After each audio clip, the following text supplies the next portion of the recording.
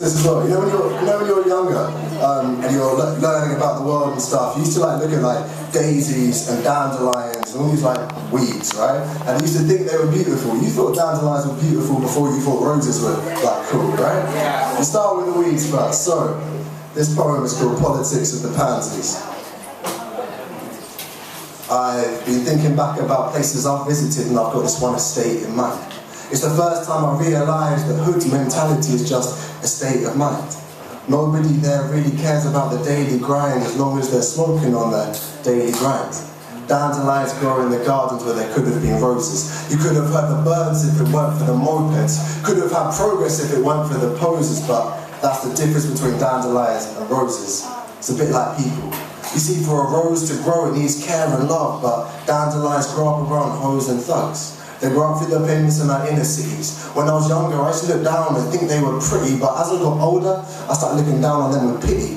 You see, in class we're taught that dandelions are weeds, so they don't do so well in the school.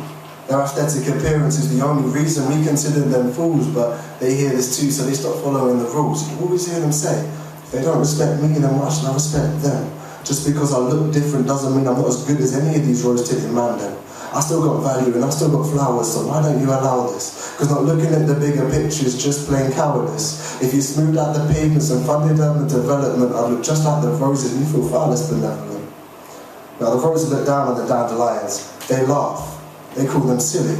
They haven't got to worry about this shit if they're hanging out with the lilies. But you see, it's not the roses' fault either. They too grow up with disparity. And they stop pretending just because they're young, they don't understand classism as an everyday reality.